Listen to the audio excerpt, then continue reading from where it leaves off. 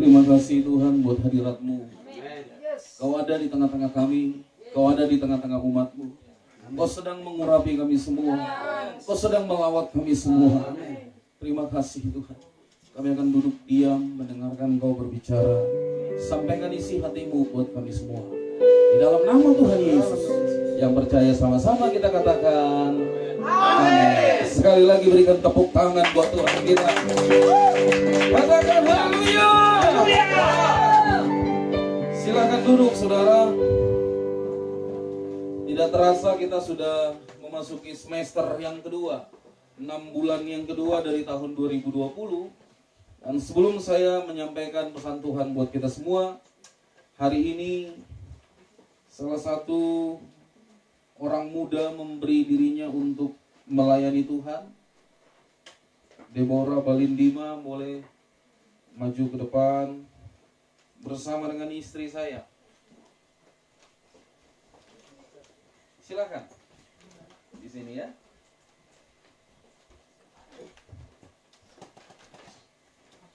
Jadi ini orangnya yang memberi diri untuk melayani Tuhan. Amin. Siap? Kita yang ada di studio ini, mari kita arahkan tangan kita.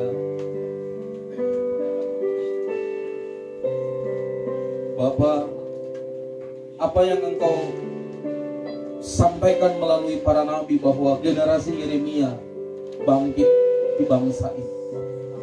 Kami berdoa supaya Pentakosta yang ketiga itu nyata dimulai dari Pulau Bali. Seperti apa yang Engkau berikan kepada kami. Hari ini salah satu generasi Yeremia bangkit untuk mencintai Tuhan. Lebih dari apa yang pernah dia punya. Lebih dari apa yang dia inginkan hari-hari ini. Pada waktu hamba-Mu menumpangkan tangan atas dia, Roh Allah bekerja atasnya. Dia dipenuhi oleh Roh Kudus, diberikan hikmat pewahyuan, dilindungi, disertai, dibela oleh Tuhan.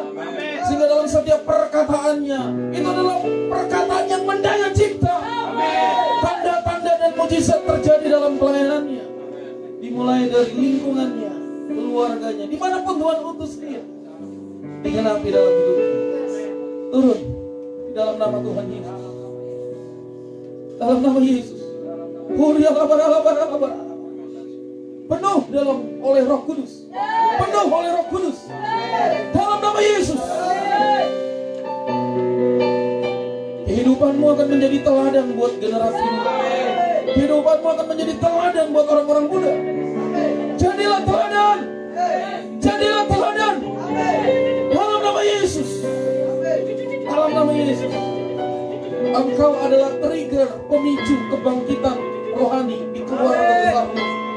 Kalau kau bertahan, kau berdiri tegak sesuai berjalan dengan kebenaran firman, kau akan melihat keluargamu dimenangkan, dipulihkan di dalam nama Tuhan Yesus. Genap atas di dalam nama Tuhan Yesus. Amin. Selamat. Tuhan berkati. Yuk kita berikan tepuk tangan ya. Puji Tuhan. Tolong di satu baterai. Ini kayaknya sudah merah. Ku bersyukur Tuhan. Ku bersyukur Tuhan buat kasih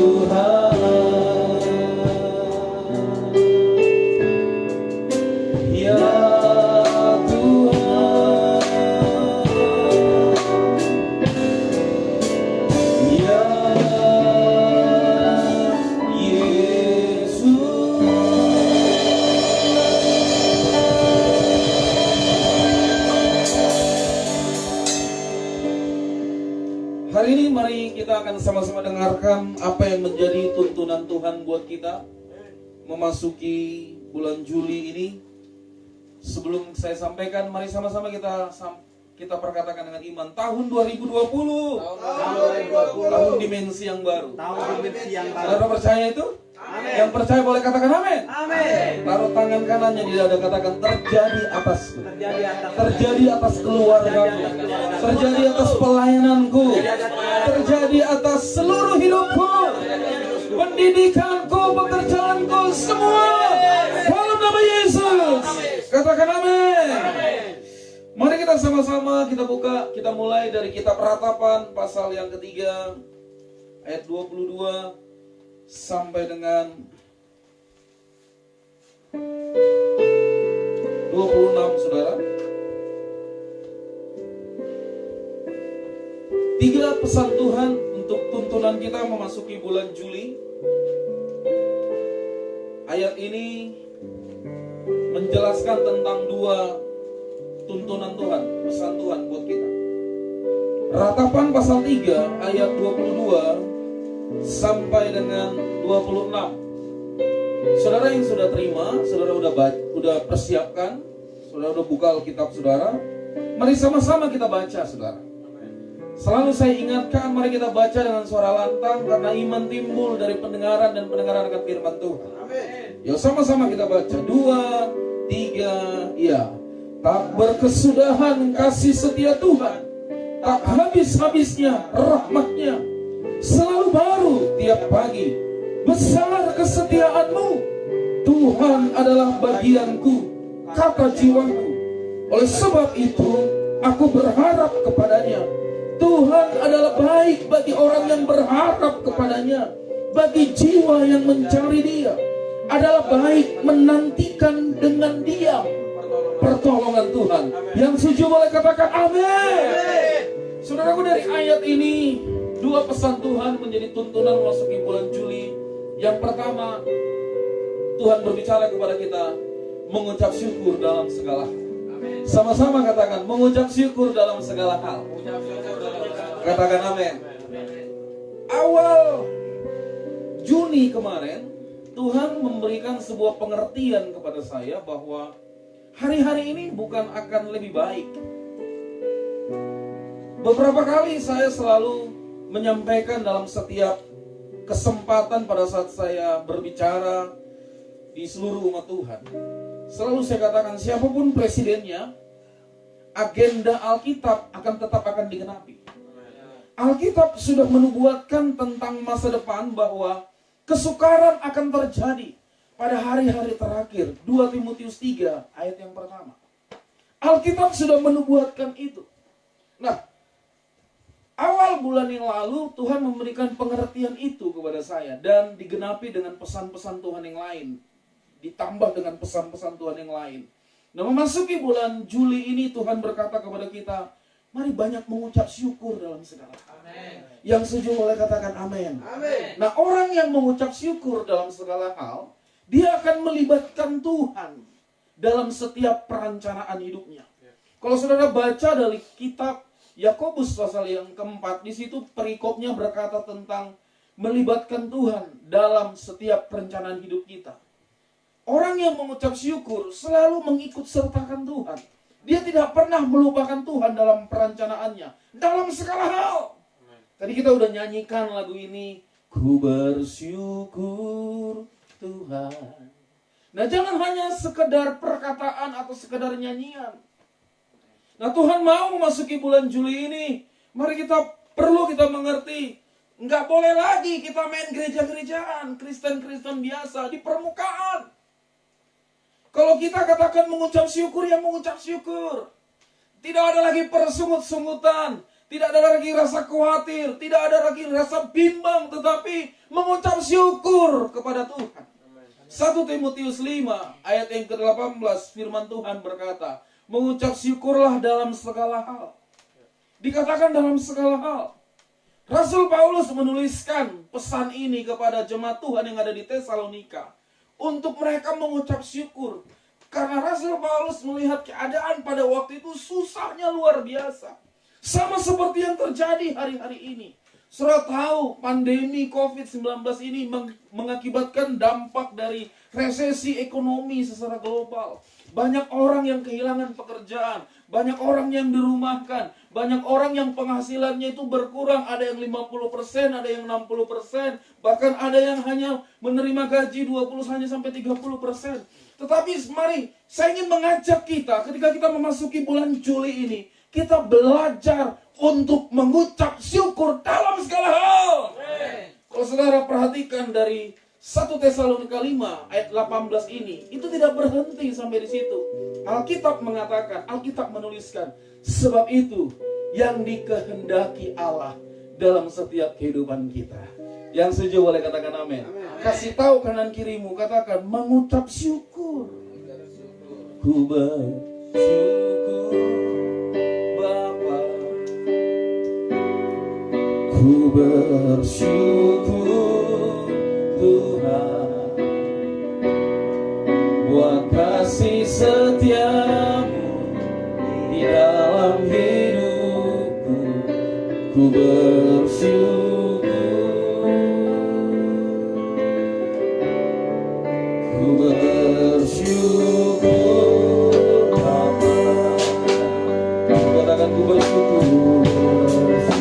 Kami hentikan ucapan syukur kami buat kasih setiamu di dalam hidupku. Ku bersyukur Tuhan, Tuhan. Mari mengucap syukur dalam segala hal. Saya nggak tahu keadaan kita hari-hari ini. Mungkin ada yang pada saat ini dalam keadaan sakit. Sakit secara daging, secara tubuh, sakit secara jiwa maupun sakit secara roh. Alkitab mengatakan kepada kita mengucap syukur dalam segala hal. Dan ini menjadi pesan Tuhan yang pertama buat kita. Mengapa kita harus mengucap syukur?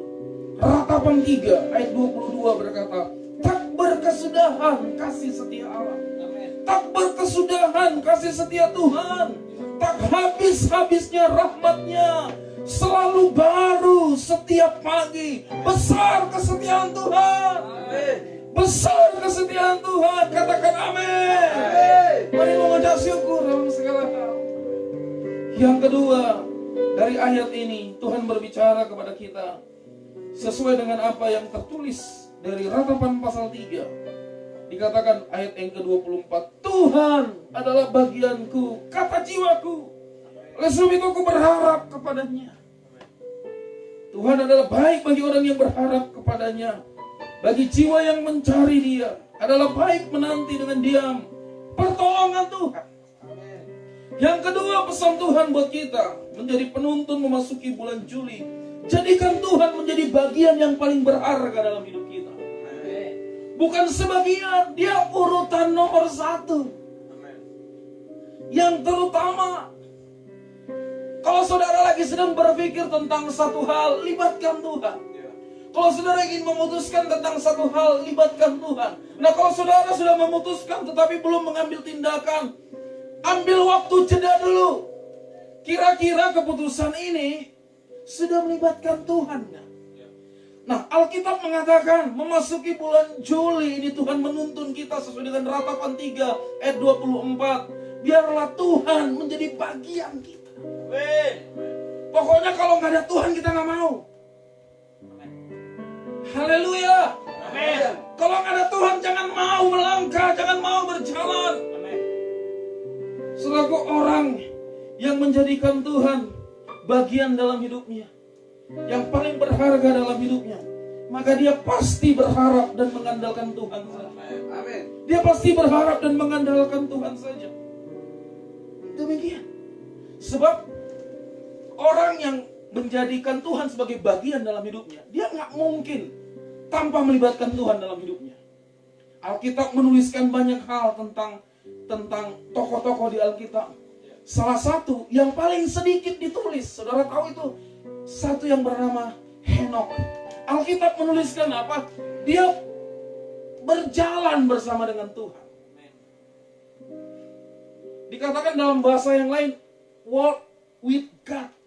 Dia jalan dengan Tuhan. Artinya kalau dalam bahasa sehari-hari begini, kalau saudara lagi sedang mau bekerja, ngomong dengan dalam hatimu, Tuhan, saya lagi mau kerja, saya mau kerjaan ini, lalu saya mau prospek orang itu. Kalau saudara seorang sales, penjual barang, saya mau prospek orang itu. Seraya. Dia jalan, apa-apa dia libatkan Tuhan.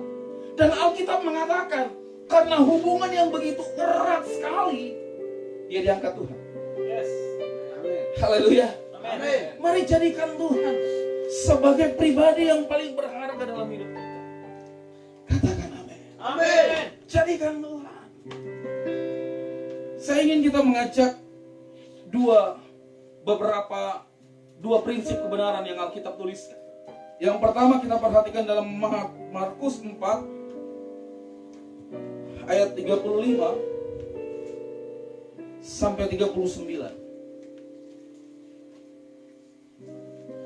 Markus pasal 4 ayat 35 sampai dengan 39. Saudara yang sudah dapat, kita sama-sama baca kembali. Kita baca sama-sama. 2, 3, ya. Pada hari itu, waktu hari sudah petang, Yesus berkata kepada mereka, marilah kita bertolak ke seberang. Mereka meninggalkan orang banyak itu, lalu bertolak dan membawa Yesus beserta dengan mereka dalam perahu, di mana Yesus telah duduk, dan perahu-perahu lain juga menyertai dia. Perhatikan kalimat ini. Mereka bertolak ke seberang, tapi bukan mereka aja. Alkitab mencatat, mereka memutuskan membawa Yesus dalam perahu mereka. Amin. Haleluya. Amin. Jangan pernah lupakan Tuhan dalam hidupmu. Kasih tahu kanan kirinya, jangan lupakan Tuhan. Lanjut ya. Lalu mengamuklah taufan yang sangat dahsyat, dan ombak menyembur masuk ke dalam perahu, sehingga perahu itu mulai penuh dengan air. Pada waktu itu Yesus sedang tidur di buritan sebuah tilam. Maka murid-muridnya membangunkan dia dan berkata kepadanya, Guru, engkau tidak peduli kalau kita binasa. Ia pun bangun, menghardik angin itu dan berkata kepada danau itu, diam, tenanglah.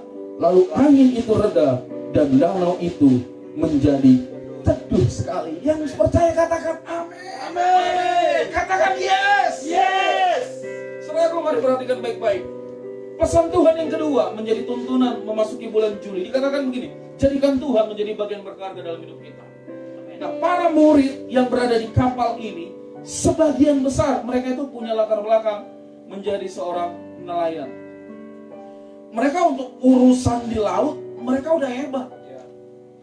Tapi pada waktu terjadi angin taufan, mereka itu sebelumnya melibatkan Yesus dalam perahu. Waktu terjadi angin taufan, mereka nggak pakai caranya. Kalau dulu ayat ini diterjemahkan sebagai khotbah tentang mengusir rasa takut, meninggalkan rasa takut. Ada Yesus dalam perahu kita. Tetapi hari ini Roh Kudus memberikan pengertian yang baru, sesuatu yang baru. Dikatakan begini, Guru, engkau tidak peduli kalau kita binasa. Tulisan kalimat ini sedikit berbeda dengan Injil yang lain, Matius maupun Lukas. Tetapi di sini dituliskan Markus sebagai Injil yang paling tua. Dikatakan begini, Guru, engkau tidak peduli kalau kita binasa. Artinya apa? Para murid ketika dalam tekanan, mereka berharap, mereka menanti-nantikan meminta pertolongan hanya kepada Yesus Tuhan. Amin. Kalau engkau katakan bahwa Tuhan adalah bagian yang paling berharga dalam hidupmu, apa ciri orang yang menjadikan Tuhan yang paling berharga? Dia berharap, dia mengandalkan Tuhan. Apa cirinya? Kau pasti punya kehidupan doa. Amin. Banyak orang berbicara tentang doa, banyak definisi orang tentang doa. Tetapi Tuhan mengajari saya bahwa doa itu adalah ciri orang yang berharap mengandalkan Tuhan. Amin. Kalau kita nggak berdoa berarti kita nggak mengandalkan Tuhan. Waktu kamu punya masalah, apa yang kita lakukan? Dalam keadaan genting pandemi yang seperti ini, kita butuh sesuatu yang untuk pada waktu kita dalam situasi begini, kita ingin cepat itu kita dapat. Apa yang kita lakukan? Cari orang lain atau cari Tuhan pertama?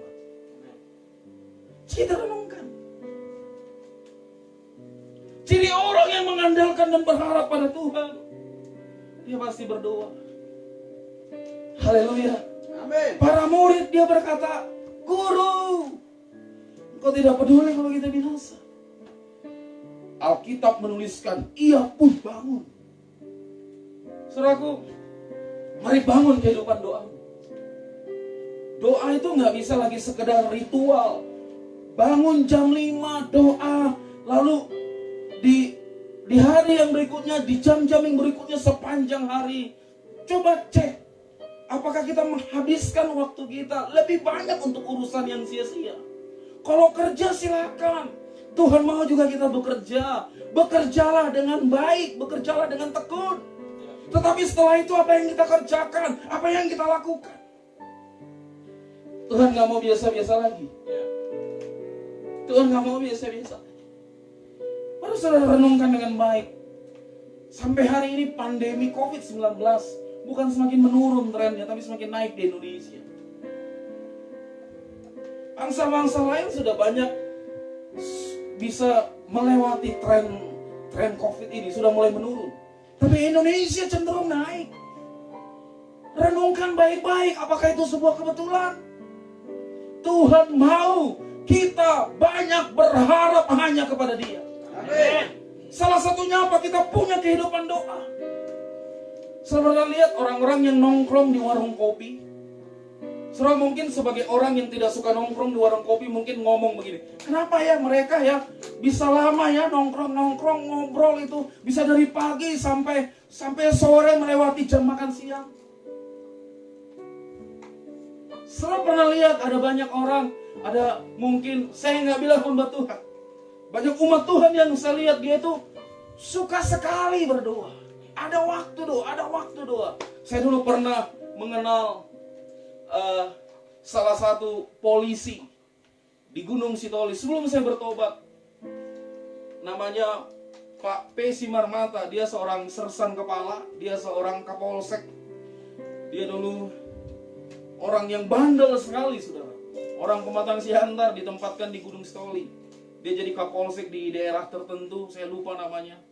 Dan ketika dia bertobat, hari-harinya penuh dengan doa. Itu yang namanya penjahat-penjahat yang ditangkapi oleh anak buahnya, dia konseling dulu, saudaraku, baru masuk pengadilan. Saya bilang, wow, kehidupannya. Waktu dia pilih jodoh, dia juga pilih Tuhan kasih yang terbaik. Sekalipun secara ukuran manusia, seperti yang telah. Haleluya. Kalau kamu mengandalkan Tuhan, mengharap kepada Tuhan, kamu pasti punya kehidupan doa. Pulang kerja, dia buka seragam, dia masuk kamar. Karena saya sering dulu di rumahnya. Saya dulu sering datang ke sebuah tempat kakak-kakak rohani saya, namanya Yayasan Jalan Suci di Nias. Tapi saya nggak bertobat waktu itu, saudara. Tapi saya menyaksikan bagaimana mereka itu sangat tekun dalam Tuhan. Dan apa yang terjadi? Perlindungan, penyertaan, pembelaan ada pada mereka. Amin. Punya kehidupan doa. Dan Alkitab juga menegaskan dalam prinsip yang kedua, kalau saudara perhatikan dalam Matius 7 ayat 24 sampai 27. Mari kita sama-sama buka. Matius 7 ayat 24 sampai 27. Kita baca sama-sama ya. 2, 3 ya. Setiap orang yang mendengar perkataanku ini dan melakukannya, ia sama dengan orang yang bijaksana yang mendirikan rumahnya di atas batu. Kemudian turunlah hujan dan datanglah banjir, lalu angin melanda rumah itu. Tetapi rumah itu tidak rubuh sebab didirikan di atas batu. Tetapi setiap orang yang mendengarkan perkataanku ini dan tidak melakukannya, ia sama dengan orang yang bodoh yang mendirikan rumahnya di atas pasir. Kemudian turunlah hujan dan datanglah banjir, lalu angin melanda rumah itu sehingga rubuhlah rumah itu dan hebatlah kerusakannya. Perhatikan prinsip ini. Pesan yang kedua memasuki bulan Juli, Tuhan katakan jadikan Tuhan jadi bagian dalam hidup kita. Amin. Waktu Tuhan ngomong, kamu dengar. Renungkan, lakukan. Seperti orang yang pertama yang tertulis dalam Matius 7 ayat 24. Dia dengar dan dia lakukan. Alkitab mengatakan pada saat dia mendirikan rumahnya itu sama seperti di atas batu. Turun hujan, datang banjir, melanda rumah itu. Nggak roboh. Beberapa waktu yang lalu Pak Niko menyampaikan tentang Markus pasal 4 untuk menghardik COVID-19. Mungkin ada di antara berkata, kok COVID nggak turun ya? Tapi Roh Kudus kasih pengertian begini. Roh Kudus kasih pengertian begini. Hardikan itu terjadi. Buat siapa pertama? Gereja. Amin. Dengar baik, buat gereja Tuhan. Amin. Saya banyak menyaksikan, melihat anak-anak Tuhan, suaminya COVID-19, dia tidur dengan istrinya tidak COVID, dia hidup sampai sekarang. Wow, haleluya. Amin. Saya percaya itu, saudaraku. Saudara ada di mana? Membangun rumah di atas batu atau pasir? Saudara orang Kristen, punya lambang-lambang kekristenan, tetapi persoalannya, apakah engkau punya hubungan, punya komunikasi, punya kehidupan doa? Banyak orang gak betah ketika diajak berdoa. Tapi kalau diajak candaan, chatting, tiktokan betah. Tapi kalau disuruh doa, gak betah. Saya berdoa tidak ada kita yang seperti itu. Amin. Katakan amin. Amin. Amin. Jadikan Tuhan sebagai bagian yang paling berharga dalam hidup. Katakan amin. Amin. Kasih tahu kanan kirinya, katakan amin. Amin. Haleluya. Engkaulah kekuatan, tempat perlindunganku saat badai menerpa. Aku tak akan goyah, aku tak akan goyah, sebab kau sertaku. Sejauh langit, sejauh langit dari bumi, begitu besarnya kasih-Mu. Penuhi hati kami yang rindu, memuliakan Yesus.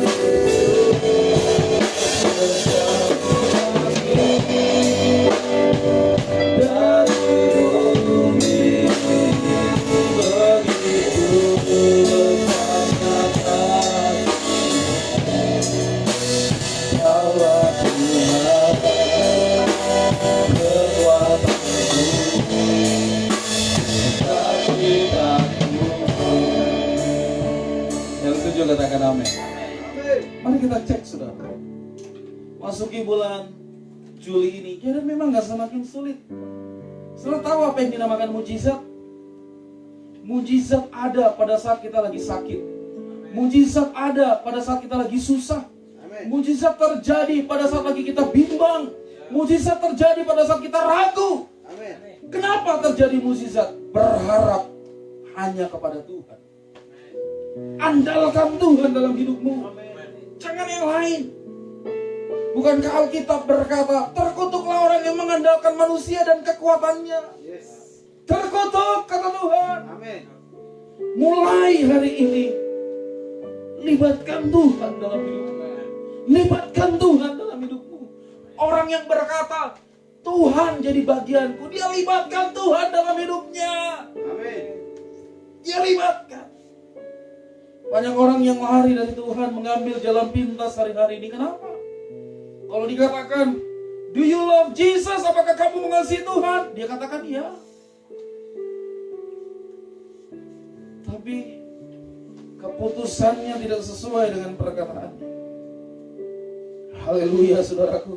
Amin. Mazmur 11 ayat 3 berkata, apabila dasar-dasar dihancurkan, apakah yang dapat dibuat oleh orang benar itu?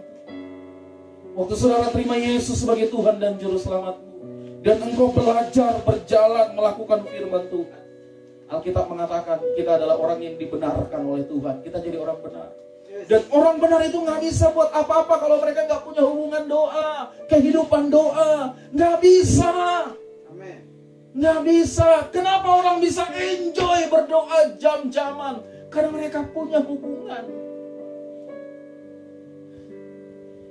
Yes. Amin. Katakan amin. Amin. Katakan amin. Amin. Jadikan Tuhan bagian yang paling berharga dalam hidup. Jangan yang lain. Kalau yang lain kau akan kecewa. Yang setuju boleh katakan amin. Amin. Masuk hadirat-Mu Tuhan, dengan korban pujian. Masuk hadirat-Mu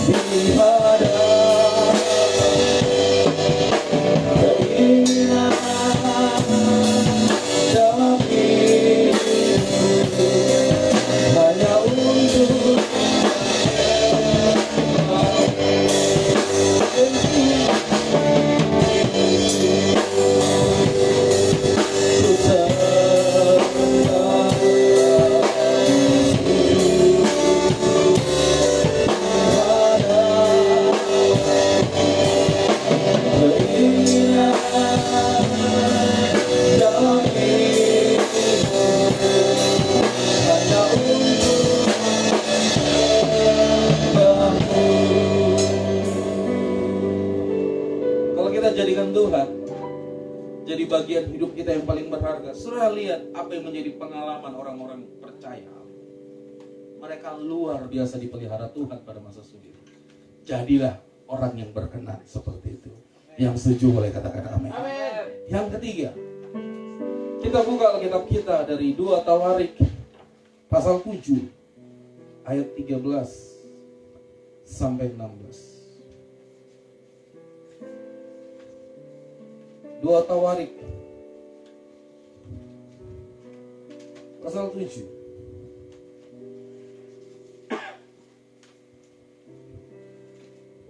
ayat 13 sampai 16. Yang sudah dapat boleh katakan amin. Sama-sama kita baca. 2, 3, ya.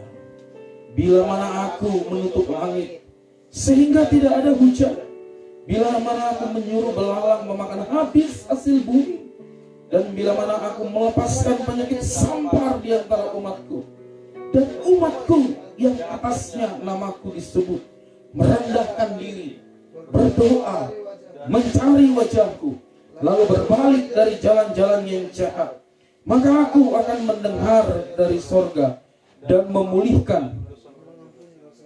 15. Sekarang mataku terbuka dan telingaku menaruh perhatian kepada doa dari tempat ini. Sekarang telah kupilih dan kukuduskan rumah ini, supaya namaku tinggal di situ untuk selama-lamanya. Maka mataku dan hatiku akan di situ sepanjang masa. Yang setuju boleh katakan amin.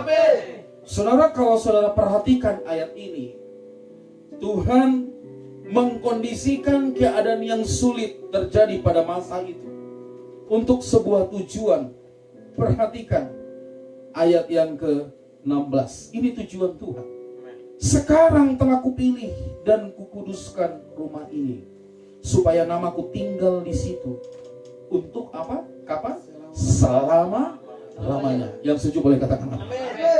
Saudaraku, pesan yang ketiga, tuntunan Tuhan masuki bulan Juli. Tuhan ingatkan kita tentang dosa. Apa dosa? Alkitab mengatakan dosa itu pelanggaran hukum Allah. Jadi apa yang Tuhan sudah putuskan sesuai dengan apa yang tertulis di Alkitab, jangan dilanggar. Katakan amin. Jangan dilanggar.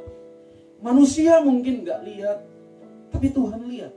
Mazmur katakan dia memandang dari sorga ke bumi.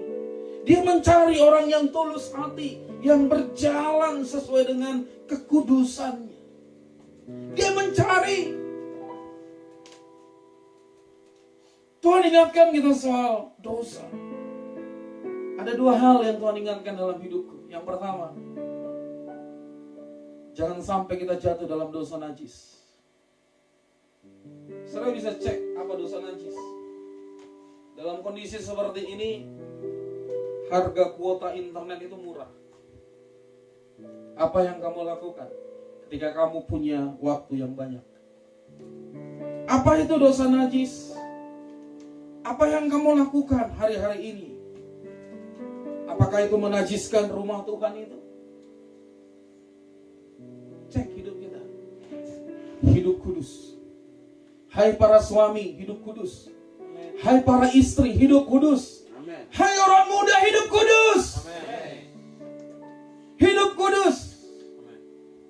Ini yang pertama tentang dosa yang Tuhan ingatkan. Yang kedua tentang apa yang Tuhan ingatkan, yaitu tentang uang. Mari kita buka beberapa ayat firman Tuhan tentang uang. 1 Timotius pasal 6 ayat yang ke-10 berkata demikian. Karena akar segala kejahatan ialah cinta uang. Sebab oleh memburu uanglah beberapa orang telah menyimpang dari iman dan menyiksa dirinya dengan berbagai-bagai duka. Jadi Alkitab menuliskan akar dari segala kejahatan adalah cinta uang. Bukan hanya pelitnya, tetapi bagaimana dia memandang yang namanya uang. Bagaimana dia memikirkan yang namanya uang. Pelit itu dampak manifestasi dari cara dia berpikir tentang uang. Kalau saya berpikir tentang uang di waktu-waktu belakangan ini, gak akan banyak orang yang mau berbagi. Gak banyak. Gak banyak. Apalagi kalau kita perhatikan dalam Lukas pasal 16 ayat 14, di situ dikatakan begini. Lukas pasal 16 ayat 14. Semuanya itu didengar oleh orang-orang Farisi, hamba-hamba uang itu, dan mereka mencemoohkan dia. Dianya bicara tentang Yesus. Jadi Lukas pasal 16 ini, Yesus menasehati para imam-imam dan orang banyak. Nah, pada waktu Yesus memberi nasihat kepada orang-orang mereka itu, Alkitab menuliskan orang-orang Farisi, hamba-hamba uang itu. Supaya dari zaman dulu, bukan hanya cinta uang yang ada, tapi hamba uang pun ada. Jangan sampai kita jadi hamba uang. Amin. Apa ciri-ciri orang yang hamba uang? Semuanya hanya untuk aku. Untuk kepentinganku, untuk keinginanku. Apa cirinya? Dia akan belokkan ayat firman Tuhan ini hanya untuk kepentingannya. Perlu saudara ketahui, Allah selalu membentangkan firman Tuhan itu dengan sangat jelas. Dia nggak ngasih setengah-setengah, saudara. Tetapi iblis, dia tuh ngasih setengah-setengah. Jadi potongan-potongan kecil. Allah berkata kepada Adam dan Hawa begini, jangan semua buah-buahan yang ada di taman ini boleh kamu makan. kecuali pohon yang ada di tengah taman itu. Saudara tahu pohon itu. Jangan dimakan. Apa kata Tuhan Allah kepada mereka? Nanti kamu mati. Tetapi iblis datang dalam bentuk ular. Dia berkata apa? Bukankah Tuhan Allah berkata kepadamu, kalau kamu makan pohon itu, buah pohon itu, kamu akan hidup, mati. Sekali-kali enggak, kamu akan hidup kok. Ini yang terjadi, dibalikan saudaraku. Banyak orang saat ini, orang-orang yang cinta uang, hamba uang itu, banyak orang saat ini tuh ciri-cirinya apa? Dia menolak kok tentang hukum persepuluhan. Ada yang berkata begini, sekarang ini banyak di YouTube, di Facebook, video-video yang aneh-aneh, seliweran tentang persepuluhan. Mereka berkata begini, kalau kamu nggak punya beras, ngapain kasih persepuluhan? Mereka ngomong begini, itu kan persepuluhan hukum Taurat. Saudara, kalau saudara baca Alkitab dengan baik, orang yang pertama kali membawa persepuluhan itu namanya Abram. Kejadian 14 ayat 20 berkata begini, dan terpujilah Allah yang maha tinggi, yang telah menyerahkan musuhmu ke tanganmu. Lalu Abram memberikan kepadanya 1/10 dari semuanya. Pada waktu itu namanya Melkisedek, imam Allah. Abram pada waktu itu sudah ada nggak hukum tata aturan Allah tentang persepuluhan? Belum ada. Belum ada, Musa belum lahir. Taurat itu dimulai dari Musa. Mungkin ada yang berkata begini, oke, bagaimana dengan perjanjian baru? Apa yang dikatakan Yesus tentang persepuluhan? Kita buka Lukas pasal 11 ayat 42. Alkitab berkata begini. Ayat ini banyak dipakai oleh hamba-hamba Tuhan untuk membelokkan tentang ketetapan Tuhan. Tetapi celakalah kamu, hai orang-orang Farisi, sebab kamu membayar persepuluhan dari selasih, inggu, dan segala jenis sayuran. Tetapi kamu mengabaikan keadilan dan kasih Allah. Yang satu harus dilakukan, dan yang lain jangan. Perhatikan itu.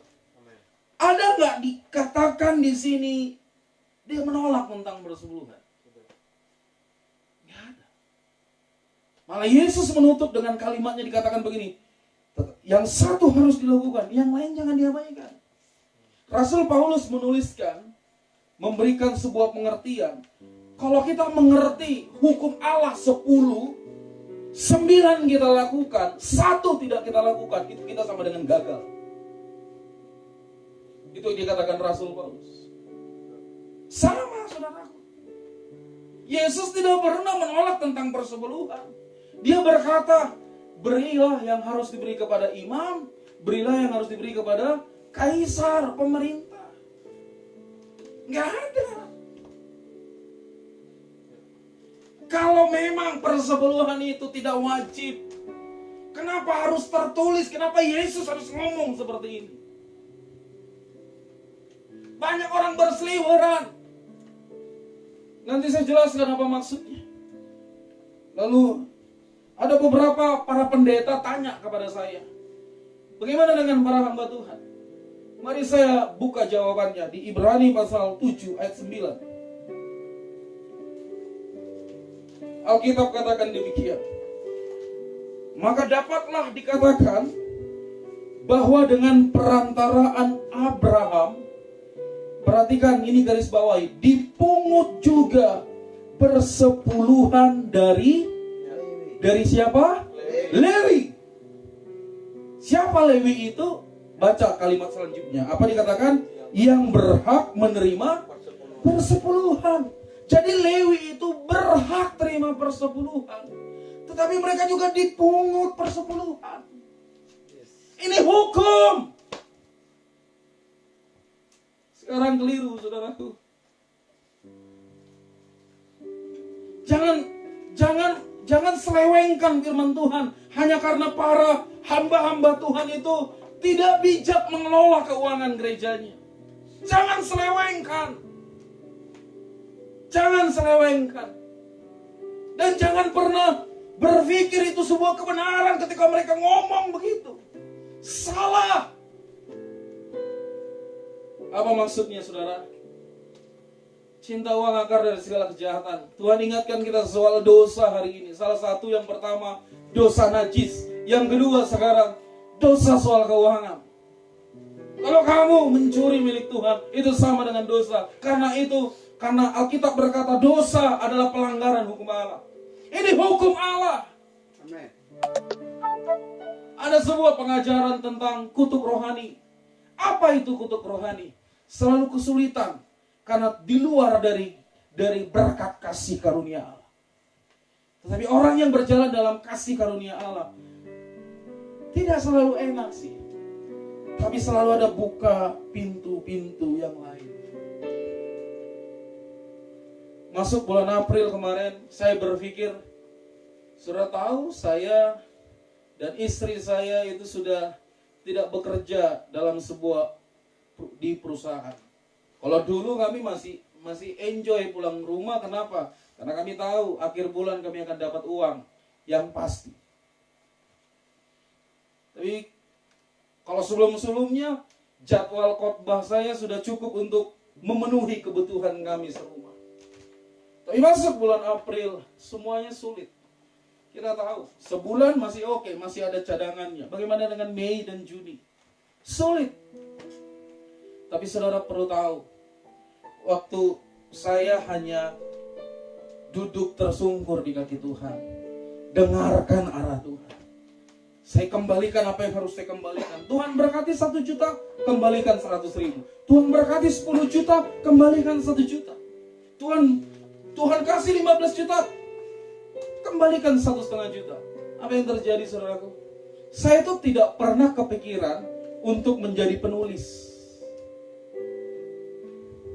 Istri saya pernah menjadi penulis. Saya nggak pernah. Suatu ketika ada yang meminta khotbah saya untuk dijadikan dalam sebuah artikel. Dan ketika saya tuliskan, saya bukukan menjadi artikel, saya kirim ke majalah-majalah rohani, saya kirim ke beberapa sinode yang minta ulasan khotbah saya. Saya juga kaget kok. Karena saya tahu ada banyak orang gak suka dengan cara saya khotbah. Saya sadarin itu kok. Dan kami masih belajar suami istri. Saya tanya ke mereka, kenapa Bapak suka dengan ulasan khotbah saya?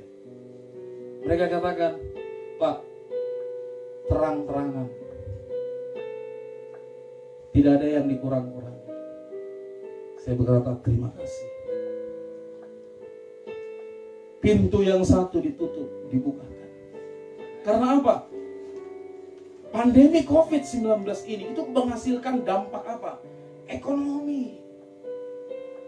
Kalau saudara mau diberkati Tuhan, kalau saudara mau diberkati Tuhan, Maleakhi 3 ayat 8-10 itu masih tetap berlaku sampai hari ini. Amin. Masih tetap berlaku sampai dengan hari ini. Amin. Jangan curi milik Tuhan. Amin. Masih tetap berlaku. Jangan curi milik Tuhan. Kalau kamu mau diberkati, sini. Jadi pada saat engkau dalam keadaan merenungkan, menangkap firman Tuhan ini, mari kita cek. Tiap bulan saya mendoakan persembahan di tiap awal bulan. Saya pun membawa persembahan itu. Jadi saya nggak hanya sekedar khotbah dan perintah, enggak. Saya mulai dari saya. Haleluya, saudara. Amin. Haleluya, saudara. Amin. Jangan curi. Ada yang berkata begini, kamu nggak punya beras. Hei, hukum Tuhan tidak pernah mengenal kata tidak bisa. Nggak pernah mengenal. Kalau Tuhan berkenan, dia bisa ubah dalam sekejap keadaan ini. Tidak perlu pakai hari. detik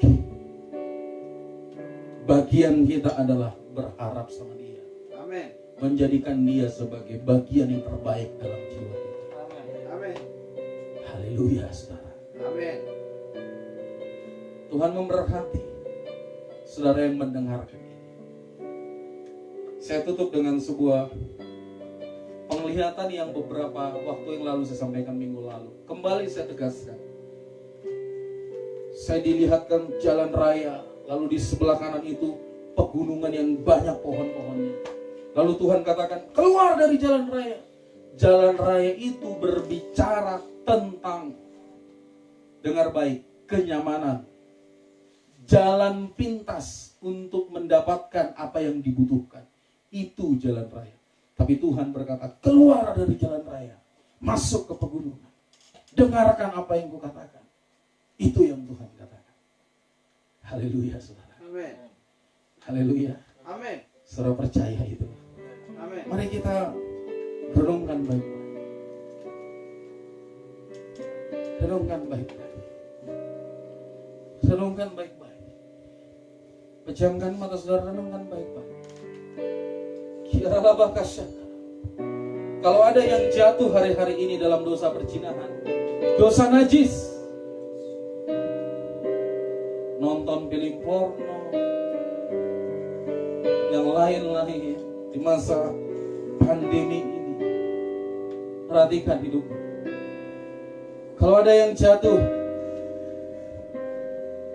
persoalan keuangan, ingat Tuhan mau tinggal di rumah ini. Rumah ini bukan gedung kita. Saudara dan saya adalah rumah Tuhan itu. Amin. Dia mau namanya tinggal dalam kita. Dia mau pribadinya tinggal dalam kita senantiasa.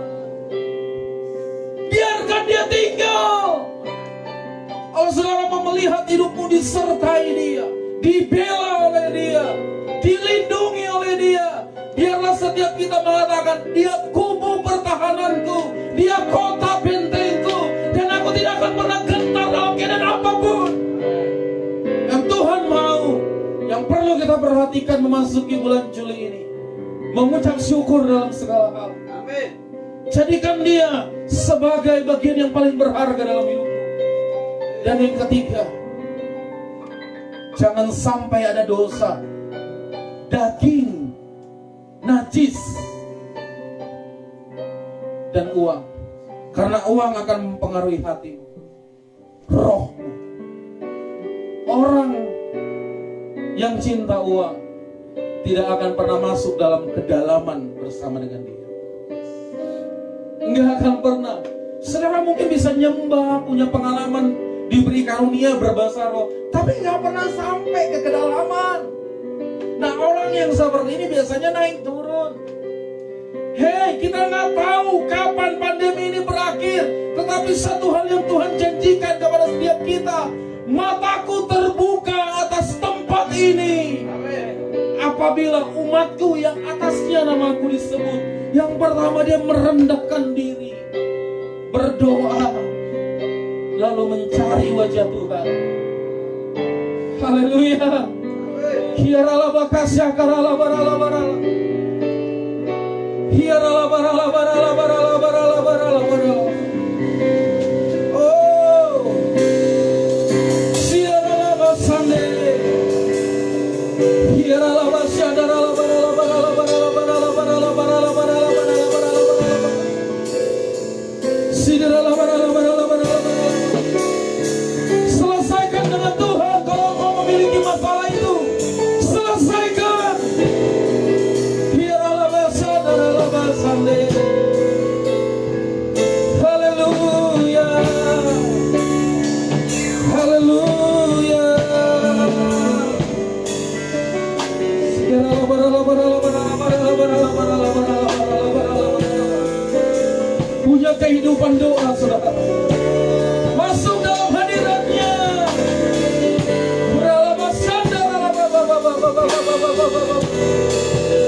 Lawat anak-anakmu Tuhan, lawat anak-anakmu, lawat anak-anakmu, lawat, lawat, lawat, lawat, lawat, lawat, lawat.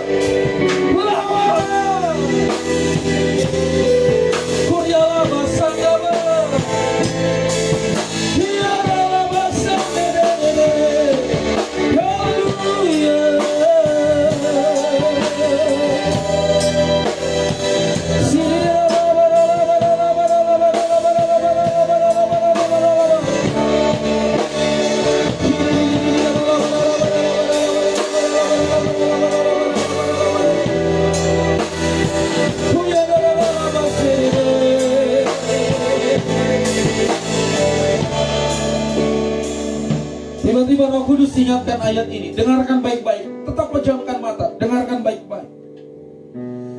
Sungguh hai bangsa di Sion yang diam di Yerusalem, engkau tidak akan terus menangis. Tentulah Tuhan akan mengasihani engkau apabila engkau berseru-seru, punya kehidupan doa. Pada waktu ia mendengar teriakmu, ia akan menjawab. Amin. Dan walaupun Tuhan memberi kamu roti dan air serba sedikit, namun pengajarmu tidak akan menyembunyikan diri lagi. Perhatikan baik-baik, namun pengajarmu tidak pernah akan menyembunyikan dirinya lagi. Dan telingamu akan mendengar perkataan ini dari belakang. Inilah jalan, berjalanlah mengikutinya, entah kamu menganan atau ke kiri.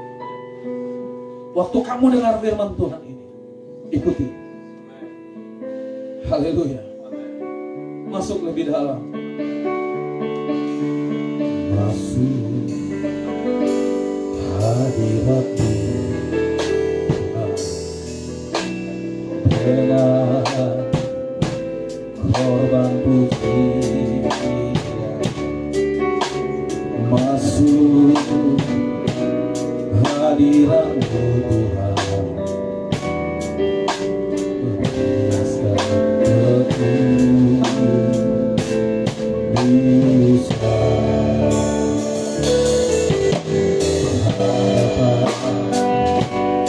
Hadirat-Mu Tuhan,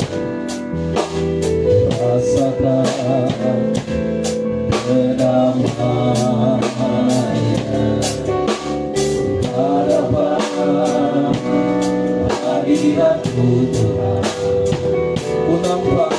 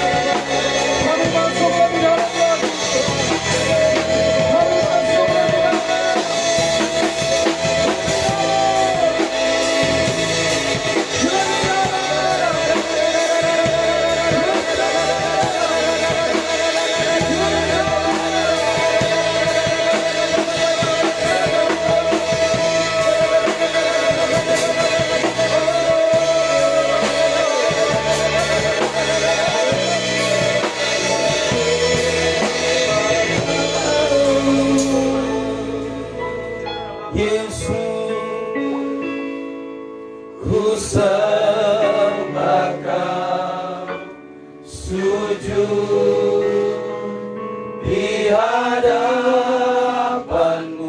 keinginan dalam hati. bagian kami yang paling dahsyat, paling berharga untuk menyembah-Mu. Berkati anak-anak-Mu Tuhan. Berkati anak-anak-Mu Tuhan. Berkati anak-anak. Berkati mereka yang ada di rumah-rumah, berkati. Berkati Tuhan. Kiralah bakas. Berkati. Berkati. Mereka yang sudah menyelesaikan dosa mereka di hadapan Tuhan. Biarlah mata-Mu terbuka atas mereka. Dalam nama Yesus. Dalam nama Yesus. Dalam nama Yesus. Hembusi mereka dengan nafas hidup. Hembusi. Dalam nama Yesus, mengalir. Mengalir. Mengalir Tuhan. Mengalir. Mengalir. Mengalir. Mengalir.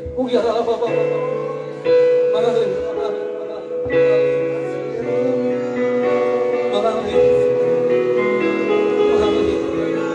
Kau lihat air mata, kau tampung di kirbat-Mu.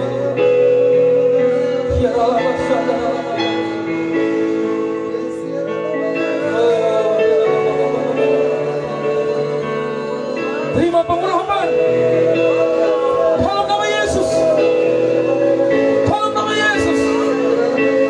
Anak-anak, orang muda, orang tua diurapi Tuhan, dipakai Tuhan menjadi generasi yang terakhir, menjadi pelaksana firman-Mu di zaman ini. Dalam nama Yesus. Dalam nama Yesus.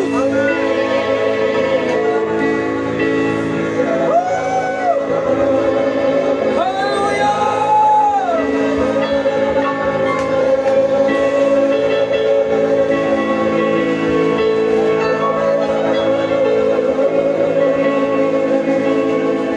Terima kasih Tuhan Yesus. Berkati roti dan anggur. Ini persekutuan-Mu buat kami masuk di bulan Juli tahun 2020 ini. Pada waktu kami melakukannya, kami teringat firman-Mu yang berkata, Kau melakukannya sampai aku datang untuk kali yang kedua. Semua yang Engkau lakukan ini untuk mengingat akan daku. Terima kasih Tuhan Yesus. Dalam nama Yesus.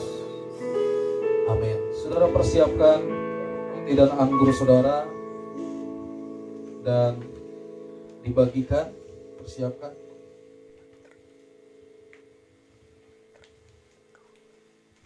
Tuhan, ku mau menyerahkan-Mu. Tuhan, bentuklah hati dari yang berjalan untuk umat-Mu. Kemenangan bagai emas putih. Tuhan, ku serahkan hidupku. Semua aku berikan padamu. Tulislah hingga tulus selalu. Hanya aku menyerahkan, menyerahkanku, menyerahkanku.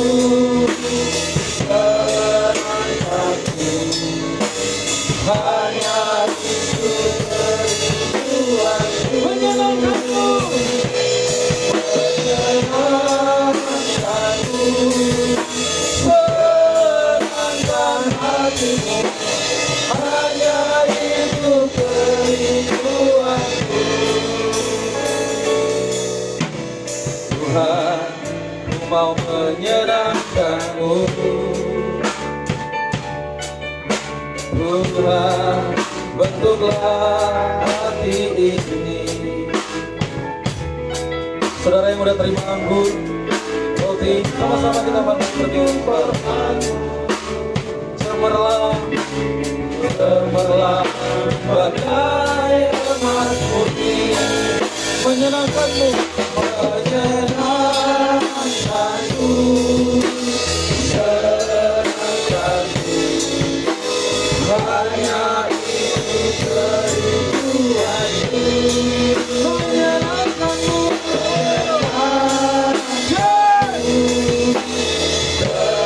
senangkan hati.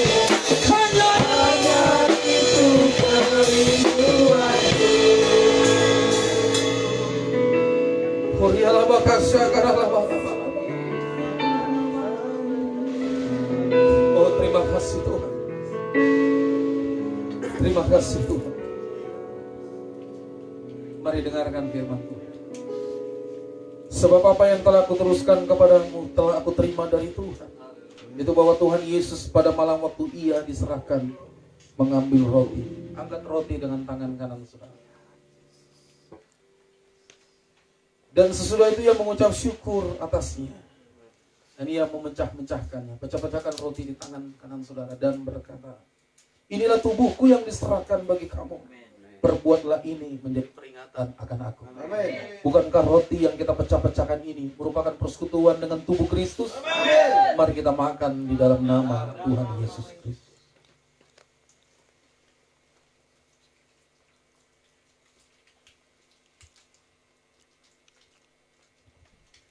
Terima kasih Tuhan buat tubuhmu. Terima kasih Tuhan. Demikian juga yang mengambil cawan sesudah makan. Angkat cawan dengan tangan kanan saudara. Lalu ia berkata, cawan ini adalah perjanjian baru yang dimeteraikan oleh darahku. Perbuatlah ini setiap kali kamu meminumnya menjadi peringatan akan aku. Amin. Bukankah cawan yang kita angkat tinggi ini merupakan cawan pengucapan syukur, yang atasnya kita mengucap syukur, merupakan persekutuan dengan darah Kristus. Amin. Mari kita minum di dalam nama Tuhan Yesus Kristus.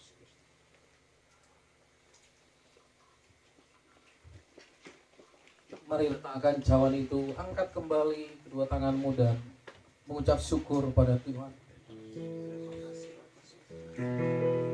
Terima kasih, terima kasih Tuhan.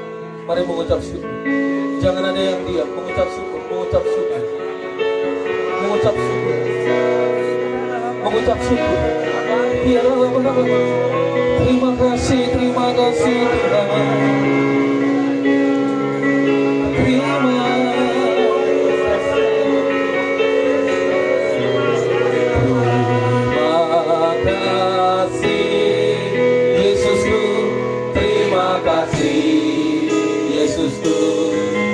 Puji syukur hanya bagi Tuhanku. Terima kasih.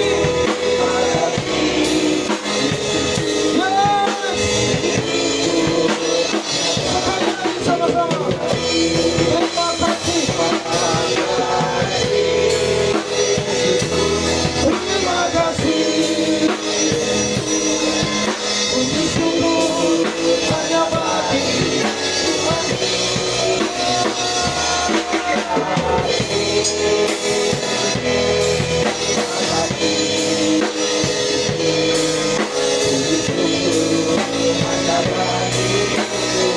Puji syukur hanya bagi Tuhan. Puji syukur hanya bagi Tuhan. Puji syukur hanya bagi Tuhan.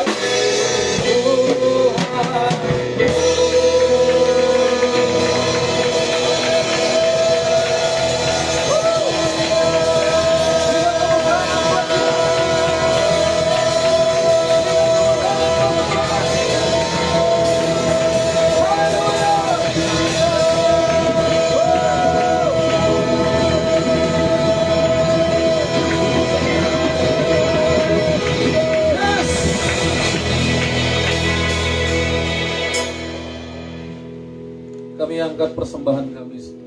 Saudara yang telah mempersiapkan persembahan saudara, saudara angkat persembahan saudara. Bapa, Berkati persepuluhan umatmu yang mereka bawa di minggu ini, minggu kedua, minggu tiga, minggu keempat, di sepanjang bulan Juli tahun 2020. Atau persembahan apa saja mereka membawa dengan ucapan syukur. Kami membawa dengan ucapan syukur di dalam nama Tuhan Yesus. Sekali lagi berkati anak-anakmu, bawa mereka dalam dimensi yang baru. Segala sesuatu yang tidak pernah mereka pikirkan, Tuhan munculkan dalam hidup mereka. Yang sakit sudah Tuhan sembuhkan, yang lemah Tuhan kuatkan dalam nama Yesus. Terima kasih Bapak, kami sudah selesaikan ibadah ini. Berkati anak-anakmu yang ada di studio ini, yang melayani Engkau, yang melayani seluruh umatmu, di dalam nama Tuhan Yesus. Terima kasih Bapak, kami terima berkat Tuhan. Angkat kedua tanganmu, terima berkat Tuhan. Tuhan memberkati dan melindungi engkau. Tuhan menyinari engkau dengan wajahnya dan memberi engkau kasih karunia-Nya. Tuhan menghadapkan wajahnya kepadamu dan memberi engkau damai sejahtera. Demi nama Bapa, Anak, dan Roh Kudus, demi nama Yesus Kristus Tuhan yang percaya, sama-sama katakan amin. Tepuk tangan buat Tuhan, katakan amin.